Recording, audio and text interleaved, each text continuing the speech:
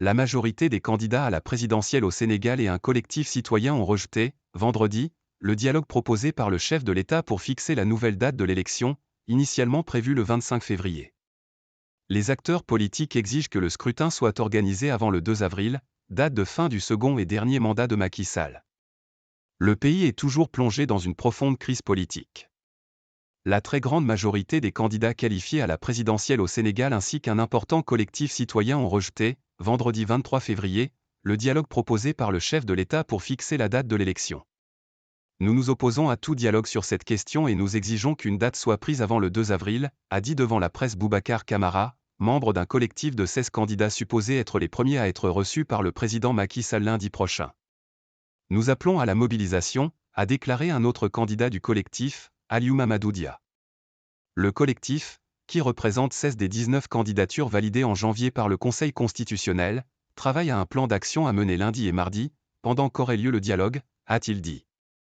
De son côté, Arsounou Élections, Préservons notre élection, qui réunit des dizaines d'organisations de la société civile, a qualifié de tentative de diversion le dialogue envisagé par le président et l'a jugé inacceptable dans un communiqué. Il exige que l'élection ait lieu avant le 2 avril. 3h37. Après la prise de parole très attendue du président Sall jeudi soir, la balle était dans le camp des acteurs politiques et sociaux, à charge pour eux de dire s'ils acceptaient de suspendre la date à un dialogue que Macky Sall a dit vouloir mener lundi et mardi, avec l'espoir de s'entendre mardi soir. Macky Sall quitte bien son poste le 2 avril. Les Sénégalais étaient censés se rendre aux urnes ce dimanche.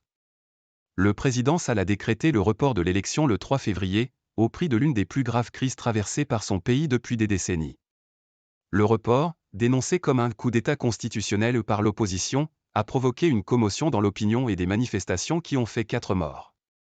Le Conseil constitutionnel a finalement déjugé Macky Sall et l'Assemblée nationale.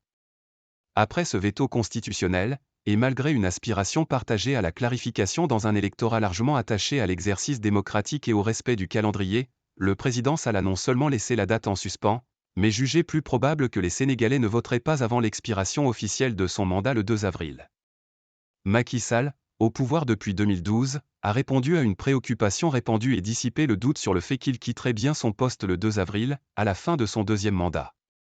Lui qui avait justifié le report par la crainte de contestations pré- et post-électorales et de violences comme le pays en a connu en mars 2021 et juin 2023, a insisté sur sa volonté d'apaisement et de réconciliation. Le 2 avril, ma mission se termine à la tête du Sénégal, a-t-il dit, piqué au vif par le fait que son attachement aux principes démocratiques ait fait l'objet de procès d'intention, dans son pays comme à l'étranger.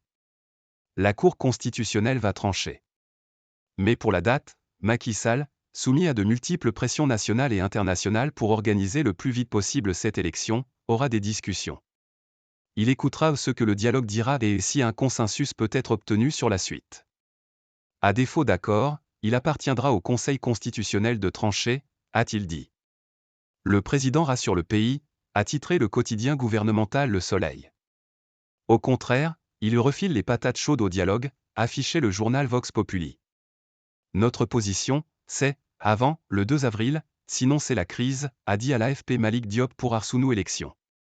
Le collectif redoute la situation exceptionnelle de vacances dans laquelle s'organiserait l'élection. Arsounou Élections, qui a mobilisé plusieurs milliers de personnes le week-end dernier à Dakar, maintient ses actions, dont un nouveau rassemblement samedi à Dakar et une journée ville morte mardi, a-t-il dit. Le candidat Thierno Alassane Sall a accusé le président de manœuvre. Macky Sall va sélectionner pour son dialogue des participants divisés, a-t-il dit sur les réseaux sociaux. Puis il prétextera de l'absence de consensus pour réintroduire et exclure qui bon lui semble de la liste des candidats et rester jusqu'à la passation de pouvoir au-delà du 2 avril, a-t-il poursuivi. Pour faire passer la pilule, Macky Sall nous offre une amnistie, ajoute-t-il. Le président a envisagé la possibilité de libération provisoire, de grâce ou d'une loi d'amnistie, dont pourraient bénéficier, entre autres, Ousmane Sonko et Bassirou Diomaye Faye. Ousmane Sonko, personnage principal d'un bras de fer avec l'État qui a donné lieu à plusieurs épisodes de contestation meurtrière depuis 2021, est emprisonné depuis juillet 2023 et a été disqualifié de la présidentielle.